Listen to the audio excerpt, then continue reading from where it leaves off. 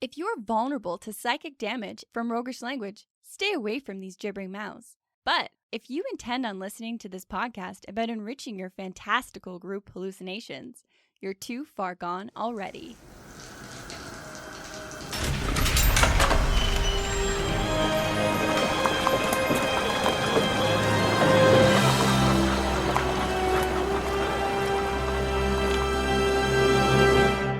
Your next game is going to be all in your head. And here is why. In this episode, we find some answers to what are the benefits and considerations of a fully imagined game. And how do I lean into this playstyle as a player? And what top tips does a phenomenal Theater of the Mind DM have for us? Welcome to the Hook and Chance podcast. I'm Jordan. And I'm his brother, Travis. So if you're new to DMing, generally a little bit, and you're kind of getting overwhelmed by the maps, the minis, the books, the gear, and you just want to play some Dungeons and Dragons, this one is for you.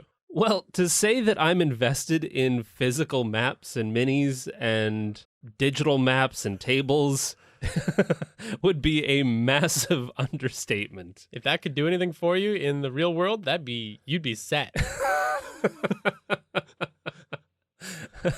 Yeah, I don't know how to adult, but damn it, do I know how to... Make believe. Yeah. Well, I wasn't sold on Theater of the Mind DMing until we threw a big 64-player epic in Kelowna about 4 years ago, and through some wonderful happenstance, some of the other volunteer organizers and the two of us found ourselves sitting at a table playing a celebratory one-shot after the event with, well, who turned out to be the Grand Poobah of Adventurers League for Western Canada and the best Theater of the Mind DM we've ever seen. It was a pretty cool game, especially after floundering through that epic, which we didn't do. Went super smoothly. The epic was awesome. And we've seen other DMs. Well, we've floundered with Theater of the Mind. Yeah. It is a tricky thing to get right.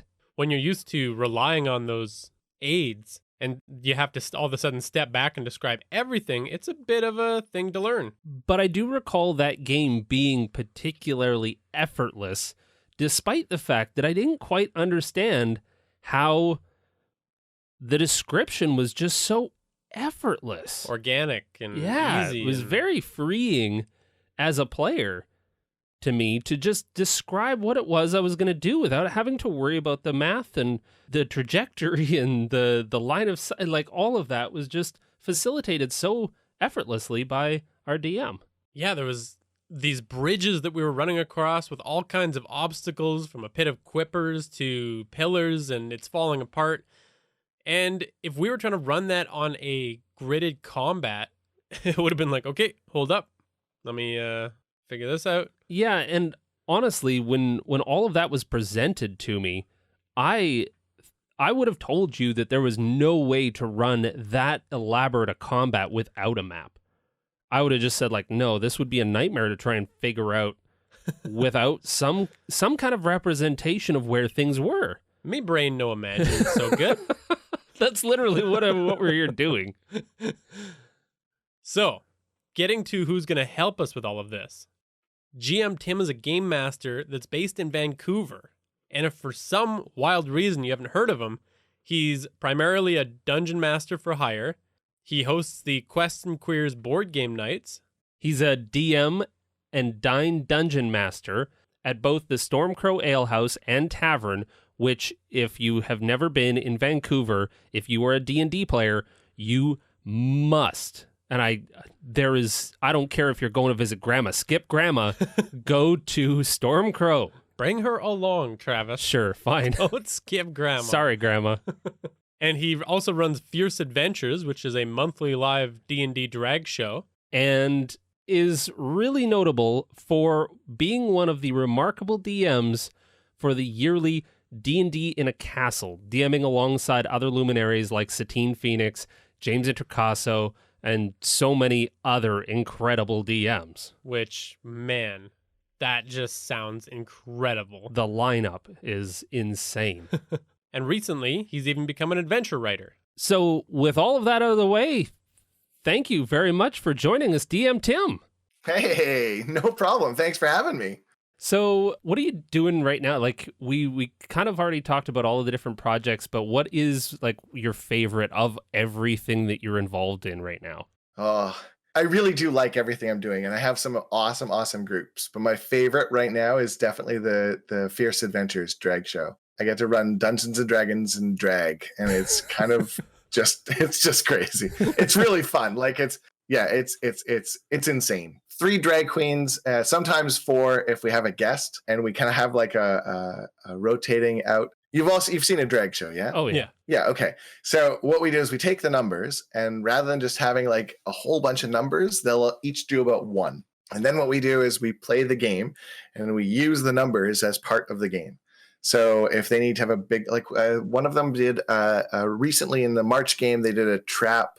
A trap came down, and one of them did run away with me. And so she literally was running around the whole bar and then ran right out the damn door, right down the street. And there was people walking by like, what the fuck? and like, it was brilliant. Like it was just, and then, so yeah, you escaped the trap, like no rolls. You just performed your way right out of it. Like, yes, we had someone else, one of the other queens, Terrible Lady. She came and she performed, what's the Celine Dion song? Oh, what was it? I cannot remember what the song was, but she basically like stopped an avalanche with her song. That's amazing. God, I want that kind of so energy. She's out there and she's like, oh no. And I'm like, yeah, okay, yes. You move it just moves. Like When you have players that are that invested in the action that they're doing, that they're performing songs, like obviously you give that a pass. That happens. Yeah, that happened. Yeah, it's pretty nuts. We do a little bit of a secret. We do a little bit of a pre-plan, so they'll all know the overall plot because we've only got 2 hours, right? Yeah. And with songs and with a break, it's actually an hour and a half. So to do an hour game, an hour and a half game with 3 players who play, God love them, but they still. Is this the D20? It's like, yes, that's the D20. Just roll it, damn it. It can get a little bit like, oh man, you need to like just roll the dice, please. Just keep this moving, please. So we tried it the first few times where I was like, okay, well, let's do some D&D. And I did that on stage and I was like, oh, let's never do this again. Let's meet 2 weeks before and here's the plot. I need this plot to happen. Everything else you can do it. A, B, C, those have to happen. Yeah. So yeah, we managed to get it. It's pretty good now. We'll go right from one to the other. Everything in between is kind of like up in the air. So it's pretty smooth now, despite its wildness. I would say it's smooth. No, it's good. They're amazing. Yeah. All 3 of them, we're totally really digging it. We have fan art for the first time. Like we've had fans, kind of like we've got an in-house artist now, which is just kind of really cool. And somebody who's in art school apparently has a big surprise for us for April's show. That's exciting. Yeah. All I know is that we're her final project. Wow. But we don't know what that means, Wow. right? So it's like, yeah, so we get to find out in the April show. That's fantastic. Well, props for creating something that's so completely original. Your guys' fans must just love it. They do, and I have to. I can't take full credit. I did create what we have here with the Queens. It was fully from Queens of Adventure, which is out of the States. And yeah, Matt Baum created that. And we asked them if we could do a Vancouver homage. And they thought that was so cool. They gave us their blessing. We agreed on hashtags. And then, as you do. And then, we've kind of like become our own thing. We're very much different from their show. Theirs is more focused on the podcast that they do all the time. And it's great. And we're very much not a podcast. It's like just this live show that's a hot mess every month, and it's fantastic. Yeah. Well, there's something magical about having a live show, but what kind of made you go down this path of becoming a pro DM? Like, how did you end up here? Oh, okay. So quick answer, necessity. Vancouver's expensive. and I had too many people who wanted to play games, and I am bad at saying no. So I kept saying yes. And then I realized, oh my God, I don't have enough time to actually work and play these games. So if I take time off work, I can't run games. I can't pay my rent if I take time off work, right? So I decided, okay, well, I'll charge. Right on. So I came up with like a pricing model, and I think I'm probably undercutting myself, but I'm fairly confident that I could charge more. And I don't say that out as like, I'm not saying that to be arrogant. It's just like there are more expensive DMs who fully are well within their rights to charge. I wanted to make sure that I was as accessible as I could be for anybody. Yeah. The way I do it is all my stuff is like starting at. If you're a Hollywood star and you're like, hey, I'd like you to run a game, I'm like, okay, it's going to be more than $15. It's like, I know you can afford it, and it's going to be like a thing. So You don't want anyone to ever have to think about that when they're wondering if they should get you to run their games. Yeah. exactly. Right. Yeah. Like, so I try never to like really worry about it. It's more of just like, here's what it is. And if it's really something, then we'll work on it. But I mean, I've never had anyone complain yet. I tried to base everything off of like movie prices. So how much is it to go to a movie? Yeah. Yeah, it's about $15 just to get in. Actually, it's more than that now. And then you have popcorn, and then you have pop, and now it's like 30. Same thing with every time somebody looks at a DM's book or a player's handbook, and they're like, oh my God, that's so expensive. It's like, yep, still cheaper than two of you going to a movie, though. Yeah. And that's only 2 hours of entertainment. This is going to give you decades. Yeah. This gives you as much You know, as you like- want. There's no end. Yeah. Yeah. Okay, well, let's go over to the strategy stateroom and we'll talk about your DM style. This is the strategy stateroom, where inventive and cunning tactics are crafted for when they're needed most. All right, so in this one, again, we're going into the theater of the mind because, Tim, do you run that exclusively now? No, not anymore. Oh. So I've got a group that really wants to use the maps on Roll20, so we're starting to use maps. Right on. That's one out of many, though. So Yeah. yes, let's say yes. Well, that's what you strongly prefer that. I do, At the very very much end. so. Yeah. So the person who's like my Yoda, he's like my gaming guru. He taught me everything I know. He'd like bow down. He was theater of the mind almost exclusively. So he'd have like a notebook, and he would just like, okay, this circle right here, that's the dome. Here's the ring. This is where you need to, and there you go. Boom. And then like little initials. And let's say it's like 500 feet across. Great.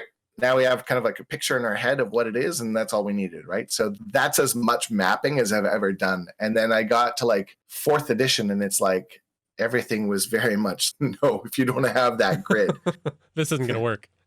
isn't going to work. Yeah. So we played, and it was like great, but tedious. Combat in 4th was long.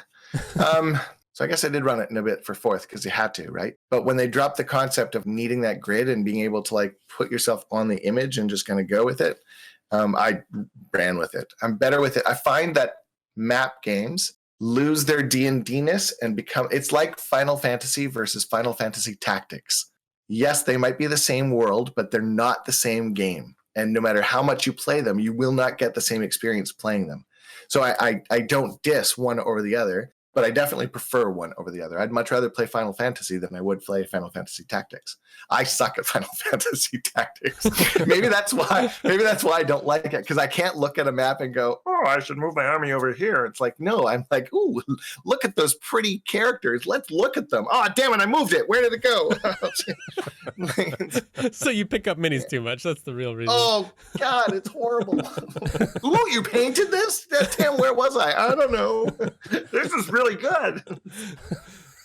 I mean, it affects the creativity of everybody, basically, is what you're saying. Like, it takes you out of that tactical mindset. How does that really affect the way everyone's thinking at the table? Because you can plan it. If I can see from a bird's eye view my life right now, I would behave very differently, I'm very sure, every single moment of every single day than I do. Interesting. Because I'm constantly able to see everything that I do. So I'm not actually living in the moment. I'm living in the what now. In a D&D game, I find that if it's a map-based game, your characters don't do as many risky things. They're always trying to think of the math and the best possible scenario rather than hey, what can I do next? What do I need to do? My character's in danger. If I can see that there's gaps on the map between monsters, I'm going to move through it. But if I'm being narrated to and I'm describing the room and the combat properly, I can be able to say you cannot get from A to B without getting too close to somebody to attack. Or I'll say, yes, you can. And here's the path you've got to go. If you look at it like real life, you want your characters to really kind of like, you want your players to dive in. And me as a DM, I really want to like invest in my bad guys. I don't want my bad guys looking at a map, especially bugbears or goblins, right? Like, I love my goblins. I've written a goblin adventure, for God's sakes. It's like you play goblins and they dumb, but they awesome, right? Like, and they would never think like, oh, maybe I could move over here and attack that. They're like, no, I kill you, right? Like, and they just go for it. Yeah. So they're not going to stress about making sure that they can be 5 feet away, right? You need to make sure that you say that. I've got a glaive. I'm going to go 5 feet away and I'm going to glaive them, right? Like, it's like, yeah. I find that theater of the mind allows you to have more investment, at least as a DM. I would say as a player, but for me, I prefer as a player, and I'm able to ask Q questions to like get a little bit more, right? Not all DMs are good at doing it or feel comfortable doing it. And that's okay. And maps are okay. There's nothing wrong with them at all. That's why I prefer theater of mind better. I find that it's a better investment in the actual story of the game. And I find that my players are able to deliver more things that help me continue the game as a feed the DM scenario, because they'll do something that's really silly, or they'll roll a 1 and now they have to describe what just happened rather than looking at the map and trying to come up with something, or a 20 and doing the same thing, right? So your narration comes from their mind rather than just yours. Absolutely. Are there like certain questions that you ask when you're doing that kind of get those answers that you're looking for? Oh, if it's a 1, it's more like, what are you doing now, sucker? Like, it's more like scenarios where, well, let's use area of effect spells. Actually, I can use a sleep spell. I have had players be separated, and they know they're separated in their theater of their mind. And one of them, the wizard in the back, oh, I'm going to cast sleep. I'm going to get them all. I'm like, yeah, all of them? Are you sure you want all of them? Yep. Okay, you're going to hit a couple others. That means these guys too. Wait, what? So you need to make sure that you describe enough so that you don't trap the other players in, right? But you don't want to necessarily give it, like, it can't be too easy, right? So you do things like, well, you can get 2 of them just on their own, but if you want to get all 5, you can totally do that, but you might hit your 2 of your characters as well. Oh, but I could get all 5, always have like a paladin. Do it. I can take the fireball, right? It's like, yeah, you can, you sucker, right? Like, so you just narrate kind of what you need to be able to move things around. My weakness was always to go to like a movie. So I would take a movie and I'd say, do you remember this scene where? And I'd sort of like say, envision that scene. But that's kind of like a cheat, and I didn't realize that until just recently. One of my tables is like, okay, so this year we're trying this because we're doing different things every year. And this table, we did goblins all last year, and this year we're doing an Eberron anthology where we're playing a whole bunch of different characters through the year, and we're tying them all together in one big like long arc that goes over the story of the course of the year. So we're doing that, and my challenge from them was that I am not allowed to use any movie or TV references at all with them this year. So I'm having to actually like describe everything as I go. You should see my phone. It's got constant like bookmarks of like how to describe the mundane without making it important. I'm like, yes, right? Like, you don't want them focused on that damn bookshelf that you mentioned because it sounded really cool. You're just trying to make it part of the vision, right? So it's trying to like find that happy balance of like not too much of Chekhov's gun and a little bit more of just here's your environment, right? So yeah, it's actually affected my game writing too, because I'll make sure that I throw a lot of notes in now with my like stories. Like, here, DM, think about this. Like, here's a little tidbit that might help you run this better. Yeah, I enjoy that challenge. It's been hard as hell, and there are days when I'm like, but for the most part, it's pretty good. I've only done that. Do you remember that scene where, and then they kind of like, I'm like, yeah, never mind. Let me try and describe it to you. So there's a truck driving down the road, and it's cool. Well, as far as things that listeners can take away from this, it sounds like unless you're being challenged to not use movie scenes, that's a great way to go. Yeah. I mean, using movies, it's rare that there are scenes in things that we have not seen, right? So movie and TV culture is so pervasive now, and that's like totally a good thing. I don't mean it in a negative way, but you can actually take shots, even if they have not seen it. If you have that mind's eye, you can now describe what you're looking at, right? You've got that visual already. You don't have to go rifling through trying to find it. So by recreating it, you kind of create like a mental telephone. We've all played, if you played Telestrations or Telephone. Yeah.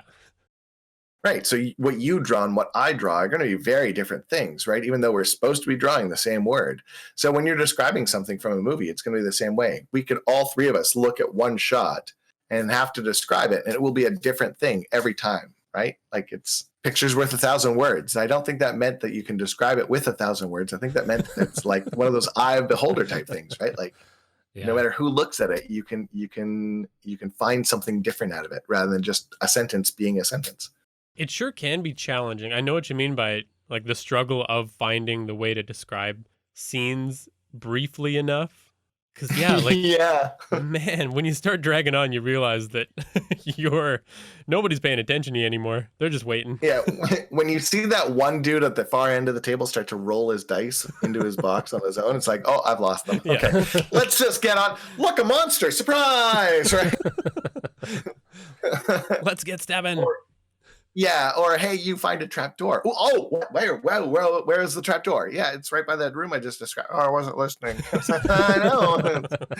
Yeah, you missed the trapdoor. Too bad, huh? It's like, you go through the room? Well, I said it was full of lava, so that still applies. Yeah, I mean, you could still do that. It's going to hurt, though. How does that apply to, like, explaining scenes? Do you feel like the doing... you can do it. What's the play style? What's wrong with my brain? Theater of the mind. Thank you. Oh my God. I hope you leave that in. Oh, I totally will. Especially after we were just discussing descriptions. Yeah. Watch this go down in flames. So when you are describing theater of the mind kind of scenes, do you feel like it allows you to do kind of grander, bigger, more exciting fantasy, like higher fantasy, simply because you're able to do that with words rather than find, visual representations of them in terms of maps or drawing it out or anything else like that? Maybe. I tend to like that kind of fantasy anyways. So I love the big grand fantasy battles. I love not battles, just the big kind of like I love the you walk through a valley, and as you do, you come around a corner and everything is just dry, and you see two statues 300 feet tall. One looks like it's praying, the other one looks like it's holding its hands out to stop. Both have calm looks on their faces, right? Like, and you're like, ooh, where'd these come from? And you carry on, right? And you just like drop that little tidbit of stuff in. And then for me, it's because I have all these, like, every day I go through like different shots that I find online, and I just kind of like grab them. Like, I want this. One of my favorite backgrounds is like a castle sitting on a rock, and the castle has like the cathedral coming down from the bottom of the castle, and the castle grows up from it, hangs out over top of a cliff, and there's like a large ocean around it, and it's like you can see windmills and you can see a town kind of growing on the cliffside, but no one getting up that castle cliffside, right? And it's like, that's just such a cool damn image that I have to find a way to use these things. So trying to come up with ways of describing them is just fun, right? And the fact that I just said cathedral and then a castle on top, both of you kind of like got the smile on your face, and you're like, I can see both of you have an image in your head, even if it's not the same one. It doesn't matter. That's, I think, my favorite part about theater of the mind is it's so personal. No matter what I describe to you, unless I go into intricate detail, and even then, right? Like I could say even it's brown. Okay, well, what shade of brown? I could say it's taupe, and all three of us could pretend we know what color that is. Like it's like, right? Like it's like oh, okay, it's taupe. But it's like there's all these sort of elements that go into it that when you perform within it as your character, the minutia doesn't matter to the point where, like, unless it does, and then in that case, it was up to me to make sure I mentioned it, right? Like, if I need you to go to that windmill, that's where you start, right? Like, I can't just describe it. If it's just for like image sake, then just toss it in there. But if I need that thing to be thing, then I have to take us from that castle I started with, and I have to move us over to the windmill, and then that's where I have to end, and then you start in the windmill, right? Like that's how you kind of do it. You like telling a story. You just bring them from where you need them to go to where you need them to be. Yeah. I think that's super powerful because I imagine a much more vivid windmill when you say a windmill rather than if I see, like a from above shot of a windmill on a map. Yeah. I can do, like, if I prefer low fantasy, I'm picturing a very different windmill. Like, unless you go into a ton of, like, I'm playing Vikings and you're playing Final Fantasy, like, but we're both doing that in our own heads. Yeah, exactly. And that's the kind of cool part about Theater of the Mind that I've always loved. Then there's where it can be like go bad. So you have a bad night, or you're tired, or it's just like, so there's a castle on a rock, there's a city next to it. Carry on. Right? Like, okay, Tim. Right? Like, great. That's fantastic. Thank you for the wonderful description. I am going to go to the castle. No, I need you to go to the windmill. I didn't remember a windmill, but okay, I'll go to the windmill. Like it's not for everyone, and I get that. I totally understand why people want to use maps, especially for combat. Combat with maps is so much easier, but just I find it just such a different experience. And I'll use maps. I'll use images. I'll use pictures. So I'll like present something to somebody and be like, you know what, this is where you are tonight, because some pictures just do it so much better, right? Like and especially if that's your inspiration for your game that night, like then just use an image. One of my favorites is this dude, or not a dude. Well, yeah, I love that one, or the meme with the dude, the barbarian riding the owlbear. God, I love that shirt. It's so good. But there's an image of an owlbear charging in through bushes, and it looks angry and like charging at you, but it's also like very much, there's so much you can do with that shot. Like it's is it angry? Is it protective? Is it coming in? Is it fleeing from something? Like there's so many things you can take from that one image and then just use it and have the players like, this is what you see coming at you. They're like, oh God, right? Like, yeah. And those are great. Like those action pictures are great because sometimes when you show those static shots of the monster, it's not very powerful or intimidating. Terrifying. Yeah, it's just like, this is what it looks like if it was grazing, but it's not grazing. That's right. Yeah. It's a motherfucking owlbear. It's coming for you. You touched its chub, it's coming for you. You touched its chub. Wow. Oh yeah, that's a baby owlbear. Okay, sure. You didn't know that, did you? I did not. I see you looking at the monitor like, oh God, what is he talking about? No. This is canon. baby owlbear is a chub. Good to know. I'll work that into my next game for sure. Please do. And also, you're welcome. Thank you. You will get many a look when you describe that. Oh, you know it. So if we're trying to get folks to try this out, to try out Theater of the Mind, if they're kind of entrenched in maps and physical objects and all of that kind of stuff, how do we help players kind of make the most of this play style? Do you have any tips for players who are sitting down to try Theater of the Mind, or that just want to add a little bit more to that? How do we make it more approachable? So for the DM players, it would be the rule of 20 and 40. So I love the rule of 20-40. So 20-40 is, okay, let's do a scenario. Us three right now, okay? Okay, sure. So what's your characters? Give me a quick, or racing class. Goliath fighter. Great, a Goliath fighter. Deep gnome monk. Great, awesome. Okay, so deep gnome monk and a Goliath fighter. What weapon do you use, fighter? A Two-handed? large, big two-handed hammer. A hammer, maul, one of the Yeah. mauls. Yeah. So do you have reach, or is it just a 5-footer? It's just a 5-footer. All right. Okay, so you guys you two are going through this cavern, and you come down and you see a rust monster. It's ducked down in the corner, and it looks like it's munching on somebody. You were sent down here to find a friend of yours who had gone off spelunking, and now you think that rust monster is munching on his armor, and then you hear, "Oh my God, help! But don't just stand there looking at me." So you're each 40 feet away. How far can you move? I can move 40 feet as a monk. I can move 30. Okay. Exactly. So I know that I have at least 2 rounds before you are both next to me. Now, if I need to go faster, or if you're an area of effect person, 20 feet. It's 20 feet space. How far? 20 feet. How far is this? 40 feet. How far is that? 20 feet. How far is that? 40 feet. Always 20, 40. It's fast. It's quick. It gives you an image and allows me to control the space that I need. That's awesome. That's brilliant. Oh, man. For the people that think it's going to be so complicated, like trying to figure out all the math without the maps. That's great. Yeah. Yeah. And both of you understood exactly what I was saying. You knew that as soon as I said 40 feet, the fighter was like, okay, 2 rounds, so I'll have to dash to get there. Yeah. Or I'll have to figure out a ranged weapon. And the monk was like, damn, yeah, I can get there. But if you get there and I throw something else at you, now you're on your own this thing, right? Yeah. And if the wizard is like, I'm going to throw sleep. Okay, well, 20 feet, you're going to hit your monk now because he ran up next to it. Oh, I'm going to do it just on the 10 feet. Yeah, but there's a wall there. Sorry, you can't go through the wall. Oh, right? Like, so there's all these sort of things you can do to like not manipulate. Well, yeah, manipulate. But you want to be fair too, right? You can do it sometimes where it's like, okay, here's a forced one. I need this to be difficult. So I'm going to make that terrain difficult terrain now. Now, each of you will take 2 rounds to get there.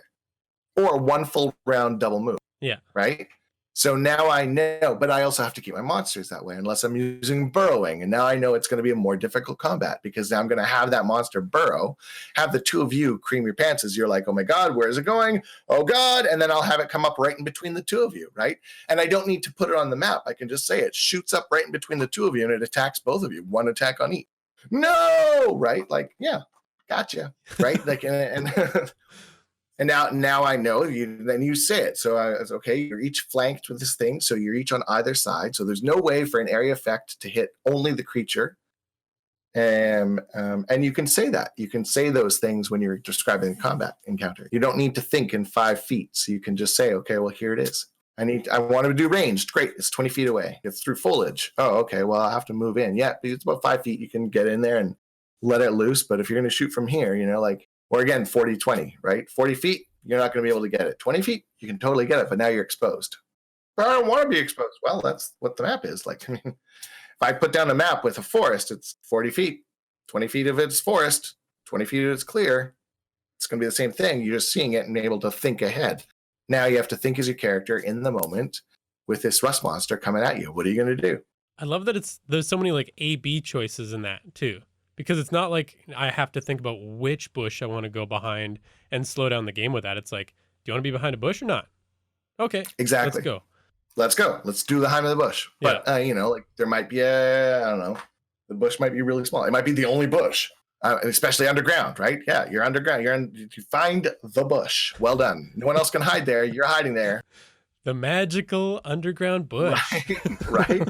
Well, you guys watched Corner Gas, right? That was one of the best scenes when the cop was like, where are you? I'm behind the bush, the speeding bush. And it just shows the wide image. And all you see is a single bush and just fields everywhere. And this big ass white cop car behind the bush, right? Like, that's great. Good job. Somebody rolled 8 on their hide. I love that you can just modify the stakes almost at will as the DM in that scenario too. Like, you don't have to stick to the rules you've already established necessarily. You don't want to get crazy with it, but... No. Exactly, but that's the whole idea. Well, so the reason I do it is because I don't fudge my dice. I always roll out in the open, and I'll keep track of monster hit points, and they just start to roll crit after crit after crit, and it's going to ruin the scenario by just one-shotting it. Instead of worrying about hit points, I'll worry about rounds. I need it to go this long to scare this much to do this much. That's great.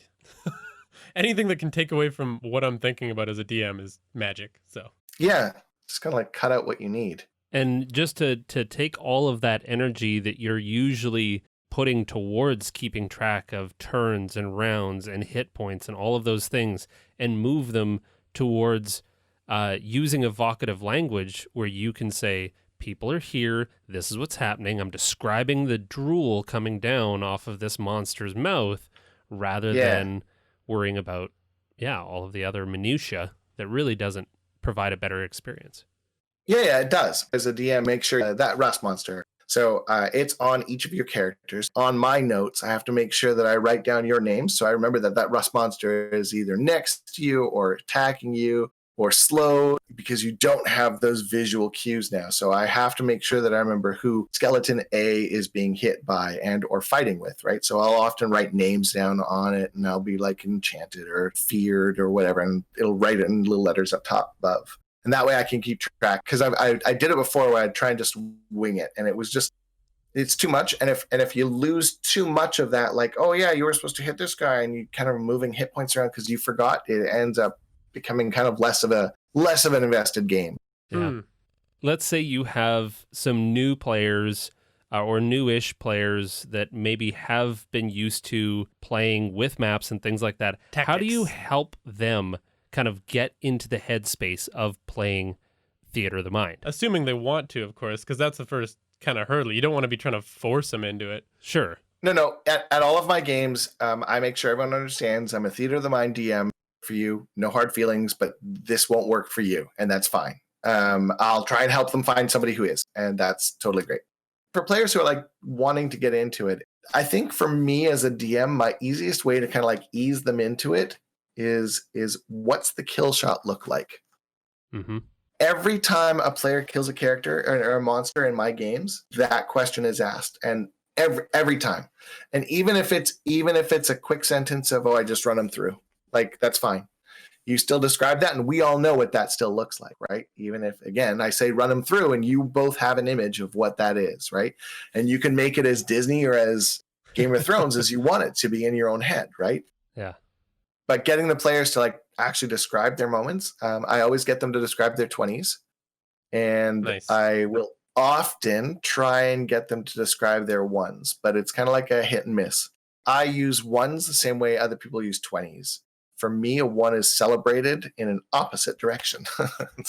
So if your character came down and you're both trying to figure out what that monster is, and you rolled a one, that ain't no rust monster. That is one hell of a fluffy little bear. It's just a funny looking dog who has no hair. And you just need nothing more than to make that dog yours. And now you play into that, right? And no one else can roll that check because your character did it. So there's no reason for them to roll. If you'd succeeded, no one else would roll, right? Yeah. So if you failed, no one else gets to roll because there's no reason for you to do that. That rust monster is now a dog with mange, and it's going That's to be right. your newest puppy. Yeah. And you just need to like pet it and hold it and hug it. Oh, you're going to lose off your armor. Oh, that face. But you love that rust monster, right? Yeah. I've had ones turn a cockatrice into a goblin mount. I've had ones turn, yeah, right? It was awesome. I've had ones turn a flump into a ride-em cowboy in the air. I've had ones I don't know turn... what Rodham Cowboy in the Air means. So settle that they flump. literally turned a flump into a bucking bronco, but because flumps hover, it was in the air. I've had ones kill a character, but do it in such a way that introduces the next one. So it and the players have to, like, we all agree that it's just part of your session 0, right? You don't have to do this. You can have a 1 just be a miss, right? Yeah. And even on a skill check, if a 20 is rolled and somebody still rolls higher than that 20 rolled, that 20 gets different information or like something kind of like maybe special information that is related to but not necessary for the roll. Does that make sense? Yeah. Because just because you rolled a 20 and a 1 in 20 chance doesn't mean that somebody who's better at that skill should be counted less, right? So here's your information for getting high on the skill. Here's your 20 awesome information that also has to do with the skill but isn't the check you made. Yeah. Very good. So I'll try and do that too. But getting the players to describe those 20s allows them to start doing their own theater of their mind, whether they realize, especially the describe the kill shot. Like, oh yeah, yeah. When I have a player who's like, yeah, I just get up there and like stands up and swings his sword in the air, even though there's no sword, and they're like, yeah, I got him. Yeah, you did. You kicked his butt. It's so wild to think about how it's so amazing that we can create that reaction from people with nothing. I know, right? Like, that's so great. It's so awesome. Yeah. Yeah. No, it's great. But it's not with we all, man, it's just pretend. We're doing make-believe. We're just adults now, so we can use meta jokes, right? Like that just makes it funnier, right? Like if you really want to have fun and screw with your table, add a timer every time they go into combat. Oh. Because now you don't have time to sit there and as a group go, oh, well, we should go around this guy like this. We should come over here and oh my God, let's get him from behind. Look, this space over here is totally available. It's like, no, just you guys have 3 minutes. Go. What do you mean? 3 minutes, 55 seconds. Keep going. Yeah. I guarantee those rounds will be so quick for you. If you need to get things moving. Yeah, that's a problem sometimes. You obviously have so much more wisdom to dungeon mastering other than just theater of the mind. But I think one of the things that I really liked about the interview that I listened with Sly Flourish was that you are constantly learning new things about DMing. Oh, man, always.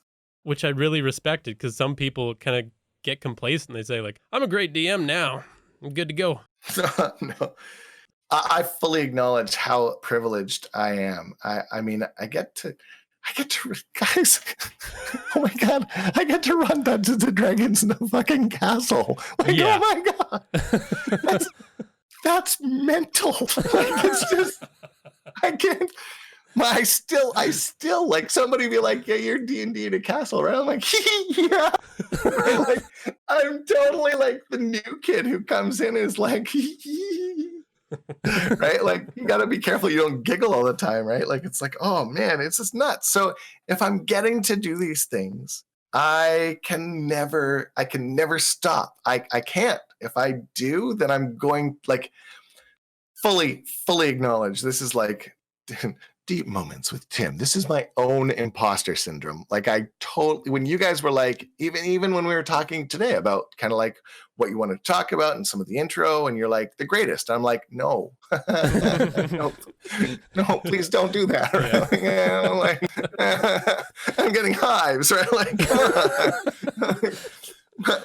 and I know I'm good at what I do because I wouldn't be doing the things that I'm doing if I weren't, right? So I have to own that as well. I never want to be the best. Okay, I always want to have space to go. It's such a cheesy quote, but it's God's honest truth. If you're not green and growing, you're old and rotten. And I never want to be anything but green and growing, especially in D&D, because I decided that I'm going to be when I'm in my 80s, I'm going to get off my lawn, or it's going to be against get off my lawners. Like, I just don't ever want to be like, get off my lawn, except to people who are saying, get off my lawn, right? Like, no, you get off the lawn and stay off it, you damn bastard, open your mind.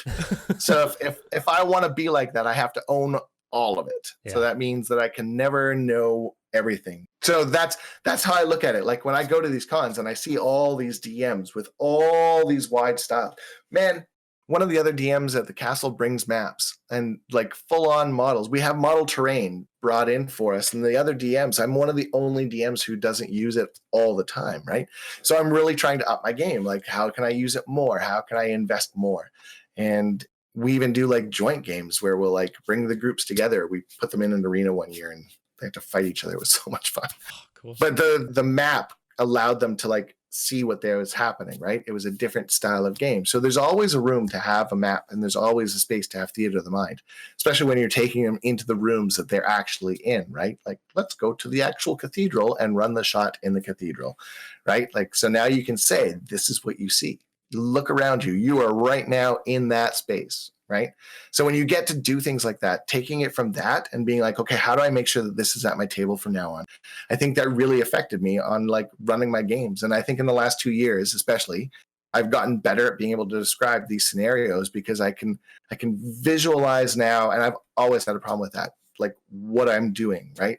I'm a distance problematic distance person. So if you say, oh, it's 20 feet away, I'm like, great. I know by math that's 2.5 me's, but I don't know more than that, right? Or 3.5 me's, right? But I don't know what that looks like. And especially when people are like, oh, it's a football field. I don't watch sports. Right? Like, okay. So I know it's big. All right. Now what? Right? Like, it's like multiple my houses. I don't know. Yeah, exactly. But still, you see multiple of your houses and you're like, can you see that? Yeah. Right? Like, I can't see that. So using the distance always threw me off. So even for a map, when it's like, this is 20 feet away, I'm like, I don't see it. So starting to get to that point where I can actually start seeing these things is kind of cool. Well, yeah, let's hop into our last segment where we can talk a little bit more about you, and we call that one the hero stage. This is the hero stage, where fantastic folk have a spotlight turned to them to tell the tales of their adventurous lives. So I'm going to make a statement. I think you have a terrible poker face. Oh, it's the worst. Because, when you say that you should be giggling all the time because you get to play D&D professionally, I was going to say your photos from D&D in a castle, like everyone is trying to be a little bit more cinematic, a little bit more stone-faced, and then there's Tim in the back just like at 11. So I look like a damn Muppet. Well, you're certainly the most entertaining of that group. So can you tell us a little bit more about like what was that like? What was the experience of D&D in a castle, and how did you get into that? So getting into it, with the first year they did it, it was a pipe dream, and the organizers had posted on a D&D organizers site, like a con site, not a fan site. So this is where organizers of cons go. They went on and posted we're looking for professional DMs to do a thing. Not a con, need some advice, need some help finding diverse people. I'm like, well, I'm super gay and I'm doing this stuff and I have all these contacts. Let me help you however I can. So I just gave them connections to James Intercasso, and I gave them like 20 lists of 20 names, Satine Phoenix and Strix, and as many women, and I think James was the only white guy, as many women and queer people of color that I knew that I could find. And I gave them a list of about 20 people. I got in touch with everyone and I said, here's your interview you want to ask. Here's your cover letter. And I contacted everyone in advance. I said, apply to this position. Here's the thing that they're going to do. This is the stuff that they're doing. And then I said, good luck. Let me know how it goes. And they kept me in the loop, and they started finding more people, and the names just got bigger. And I'm like, oh my God, this is amazing. Wow, Jeremy's going, holy shit, this is awesome. And then they're like, hey, we want you to come. I'm like, excuse me while I throw up a minute. Sorry. What? Yeah, so they decided that I had done such at putting all that effort in without expecting anything, just to make sure that the event was successful and diverse and good. They wanted to bring me along and give me a table. So it was going to be one of the backup tables, and then somebody left, and then they gave me a full table. And I did a good enough job that I ran an adventure for 30 people at that night, at that first year. Wow. So we did like a weird mix of D&D and live action. It was nuts. It was in the kitchen of the original kitchen of the old castle. So it was like early 1800s kitchen. And we did like almost like a pseudo LARP, pseudo D&D. So everyone had a class and a roll with a bonus of 2. So you're the rogue, great. You can stealth +2. You're the paladin, great. Zone of truth. You're the fighter, great. Hit +2. And then we just kind of like, everyone had their own dice. And then I'm still kind of blacked out. I pulled a story out of my butt. I grabbed all the other DMs and forced them all to like do a different role. And as I went through the adventure, I was like, okay, here you're going to and you're going to do this, and you're going to do this. And at the very end, the game even changed because of the way the players were like interacting with it. So I had to like come up with the answer on the fly, and it was like totally out of my ass. And I fully admit that, but it was amazing. And yeah, that was one of my highlights. Right on. Yeah. That's very cool. They'd asked a whole bunch of people to run a game, but it was a whole bunch of different people asking a whole bunch of different people to run the game. So I get down there and it's player chaos, as it is when all the players go off to ask a different DM to run the game, right? So the DMs are kind of like, oh, they asked me. Oh, they asked me. Oh, there's 30 of them now. And I'm like, all right, you bastards, this is what's going on. What are you playing? So they're all like, they stop and listen. I'm like, oh, shit, what did I just do?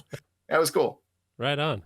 How did you get your start in D&D? Like, what was your origin story? Because everyone always has that, like, my first interaction, and, you know, what was that like for you? I don't remember. Oh, really? Yeah, really. I know that when I was a kid, or in school, when I was in high school, I played the Marvel role-playing game. I was Spider-Man, and I remember that we played in the band room. And then I remember playing Middle-earth roleplay, and I remember playing Macross, and I didn't actually play Dungeons and Dragons until 4th edition. And I started getting the books at 3.5 because I really, really, really loved Eberron. I really loved Eberron. As did many so I of us. still have a bunch of the Eberron splat books from 3.5. I use them. They're so good.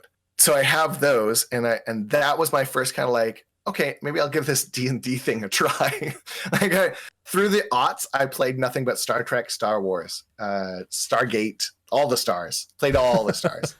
And I didn't run anything until Star Trek Last Unicorn Games. That was my second time running a game. My first time was Middle-earth roleplay, and there was a game. There was an adventure module that one of the other players had bought to run and then decided they didn't want to. So I'm like, I'll give it a go. So we ran it, and it was horrible. It was horrible. Like, the game was great. And I remember it was just not good. Like, it was just like, oh, I have so much to learn. But you know, like, you're just not, you don't know any better, right? So you keep going. Sure. And then the Star Trek game was great. It was my first attempt at an epic story. I came up with the idea of a space station in the middle of a nebula, unexplored space called the Lighthouse. And it was old, like super old, like a Stargate Atlantis style old. And the Federation was the new kid on the block. So they had their own thing, but so did the Ferengi, and so everyone had their own sort of like section. It was kind of like, I realize now, it was kind of like Valerian and the City of 1,000 Planets. Very kind of like that style where everything has its own sort of thing, and it just kind of works. And that game too, like, it was just, like that was my lesson at don't start too big. That was what that was. Have your too big, but start itty bitty and work to that too big. Because if you start at that too big and then get down to your itty bitty, mind mush all in between. There's just too much. Your brain just can't contain it. It can't. And you can't describe it to your players because they have no concept of what that big thing is. They don't see your big scale. They can only see what you present to them. Yeah. So if you present to them this one scenario and they don't do the way you need them to because it doesn't work with your big scene, you've done them and you a disservice. And I know that a lot of DMs work from outside in, and there's nothing wrong with that. But that's what that is you have your outside and they work down to the small so that they can present that small without the players feeling like they need to see that outside. That was what that game was. Well, that's definitely a skill I haven't mastered yet either. Like going from the small, you mean, or going from the big to the small? Well, I mean, going from what the characters can see and going up from there is the only way that I've figured out how to run a good game. And I like that takeaway of GMTim says, don't do a mind mush. Yeah, don't mind mush. Yeah, that's we'll make that episode. Yeah.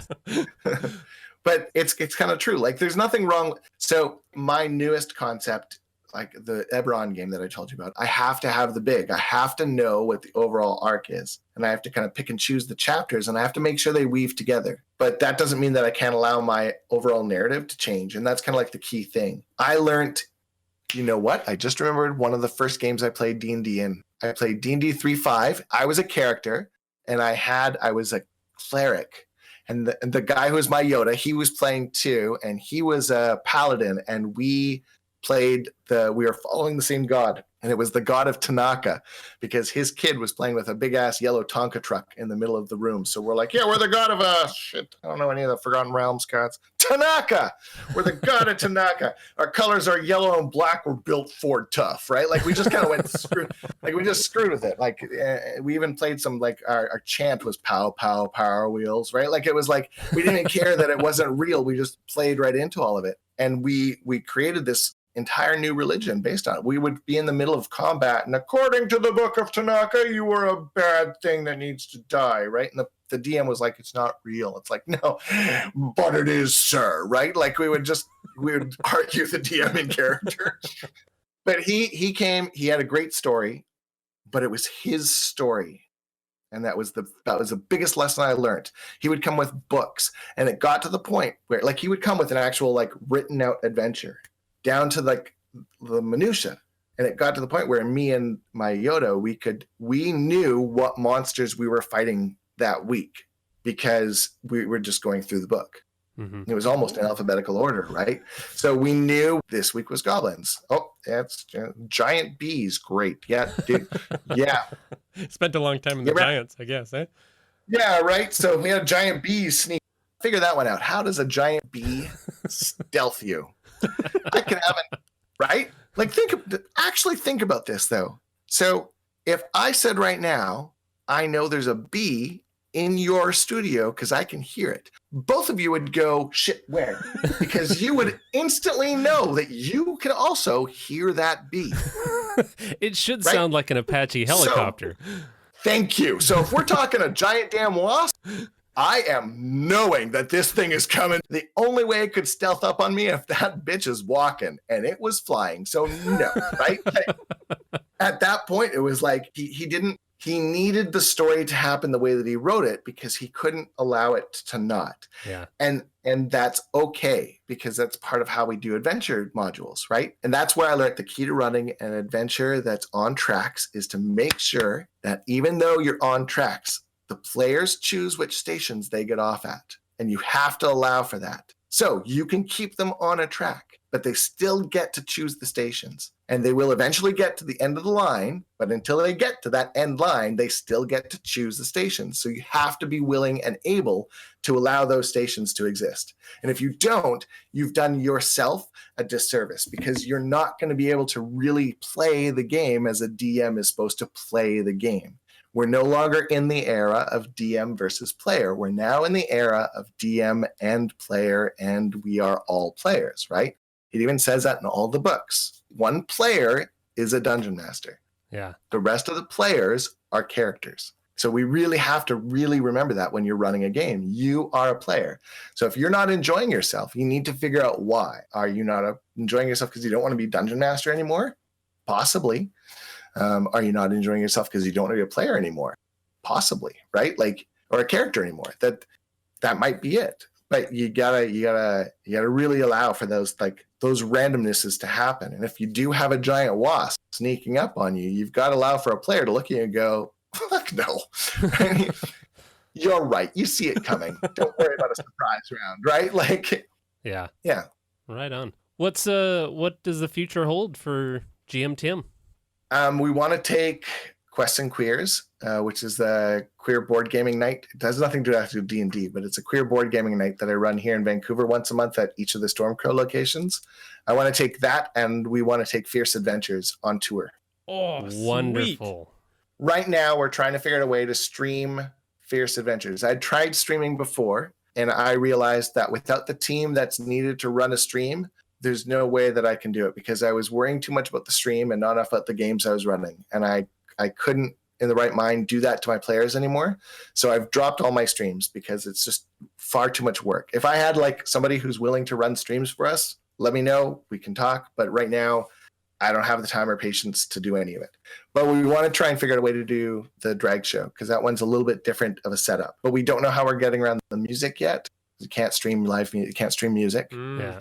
And the drag show is really important for that, right? So we have a couple ideas, but yeah, if we can figure out a way to stream it, then we can start doing like maybe a Kickstarter or GoFund Us or Coffee doesn't seem like it'll cut the cut. So Not quite getting the take. plus, there's not need. many queens that drink coffee. It's more like we need a wine now. Let's go. Yeah, we need a wine beer gin, right? Like, so yeah, if we can figure out a way to take that on the road, that's one of the kind of like really big goals. And I want to keep just doing more games. Personal, like little itty bitty kind of like ego pipe goal is or pipe dream is I would love to run one of like the headline games for like, I'd love to run a game for like all the DMs. Like I would love to run a game for like Matt Mercer and Jeremy Crawford and Chris Perkins. And if I could have them at my table, I would be like, right? Time for giggling. Like, it'd be pretty amazing. Like that's kind of like my thing is I would love to do that. And I want to write more. I got that D&D Adventures League brought me in to write an episode of theirs. And for my first time out, I'm pretty happy with how it turned out. It was a huge learning experience. Oh my God. Well, which one is that so that people can find it? It's Inferno Insurgency. It's season 9, episode 6. For my first time out, it's like, yep, I could have done a better job, but I also could have been way worse. And I'm happy with like a first time out, right? Like I'm not gonna. I was beating myself up over it, and then I'm like, no, because it's not helpful. Instead of beating myself up over it and being discouraged, I'm gonna take everything that I learned and I'm gonna apply it to my own game. So I put up my first Goblin adventure about a year ago, and after writing the Adventure League adventure, I went back and I put a version 2 up. So it's a completely different game now. Oh. And the second edition to that one is coming out within the next month, if all goes well. And I want a series. It's called I Am Goblin and So Can You. Yeah. So the first episode is you are level 1 and you're finding your mask. You've got to build your goblin mask, your team mask. So you as a group go out and find the different parts from the different monsters you need to defeat in the trials to build your mask. And then the adventure I'm working on right now is against the Great Beast, just terrorizing the Goblin Village. And that one's almost done. And then I've got 3, 4, and 5 planned. And I'm going to do like up levels. So level 1, level 3, probably level 6. And then I think level 9 and 12. That's and awesome. That way you have lots of space for as a DM to like maneuver throughout. So if you want to have a full adventure, you can. And if you don't, it's not such big jumps that a player who's kind of learning as they go can't keep up with their character as they're playing. Plus the idea, let's be honest, of a goblin at level 12 is awesome. It really is.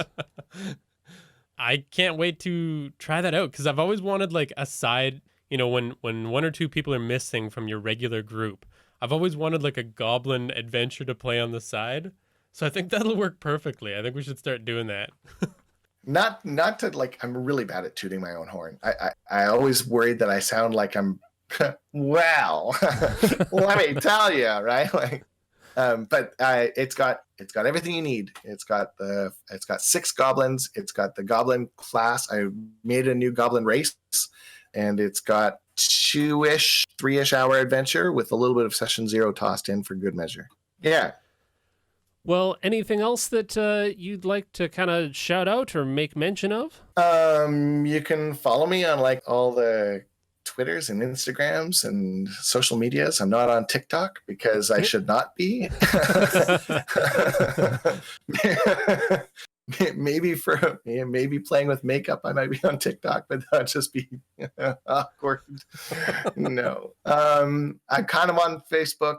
I've got a Discord chat. So if you want to join the Discord, the GMTim, let me know and I'll send you a link. And all right, so we should be right on time. Go to Kickstarter and make sure that I'm going to be doing a stretch goal for the ultimate guide to hair. Oh yeah. Yeah. So Celeste Konowich and oh my God, Neil Powell, Jesus, from DM's Block. They're doing a D&D supplement that's all about hair, and I am one of the Kickstarter stretch goals, and I got some pretty fun stuff in there. I'm not going to tell you. Just that's fine. It's pretty. I had a lot of fun coming up with these, and I know that they had a lot of fun coming up with. Like, there's character classes, there's like traits, there's creatures, there's feats, it's just nuts. Spells. They've got spells. I'm like, yeah. It's the supplement I had no idea that I needed in my life. But now that I've said it, you can't think of anything but, right? No. Like, I mean, it's like, yeah, it's so amazing. Like, yeah. I want to do that session 0 though. Like, okay, guys, this one is about hair. It's about hair. Pardon Like, me? it's, oh my God, it's going to be so good. You know what my next game that I really want to run is? I want to run an all bard game. And I'm not even kidding you. I'm watching old episodes of Gem so that I can like steal plot lines. Yeah, band off. It's gonna be horrible, and I can't wait. I feel like that's the peak of D&D sometimes, is an all bard game. Yeah, but it's one of those things where everyone talks about, but I've never seen anyone, and I'm fully committed. Yeah. I really so. I'll put this out there. If you find 5 musicians, actual musicians, I'll run a bard game from them, and we'll make music while we do it. There's actually a podcast here that does that. Stu Pop does it for D&D punks, Dungeon Punks. They Dungeon actually Punks, play their yeah. own music as they're doing it. They're not all bards though, but I think we could totally do that. That's super cool. That's amazing. Right? That's I think an that'd be a lot of album. fun. Yeah. I dabble on the ukulele and guitar, so I'll have to work on that. So I can be a part of that. I'm the level 1 bird that never gets Yeah. to level 2. Well, yes, the ultimate guide to hair is on Kickstarter right now, and you're probably going to have to hurry your butts up and go and back it. You have to back it just out of the curiosity of what is going to be Yeah. in this thing. Yeah. And if you missed it, go buy it because it's awesome. Yeah. It'll still exist. Thanks for being such a helpful guide to us and to the listeners. Like, you keep talking about your Yoda, but thanks for being our Yoda for this episode. I feel like we absorbed a lot. There, you made me blush. That's kind of amazing. And giggle. Double whammy. Yeah. I don't want to be Yoda. I want to be Obi-Wan. He's cuter. This is true. Woohoo! Okay, so thanks again for joining us, GMTim, and thanks to Tabletop Audio for all of the sound effects that you heard in this episode. You can follow us at Hook and Chance on Discord, Reddit, Facebook, Twitter, Instagram. places. Places, so many places. And Tim, if you want to join us on this one, thanks for listening. Thanks for listening. And And play this has great all been a games. figment of your imagination.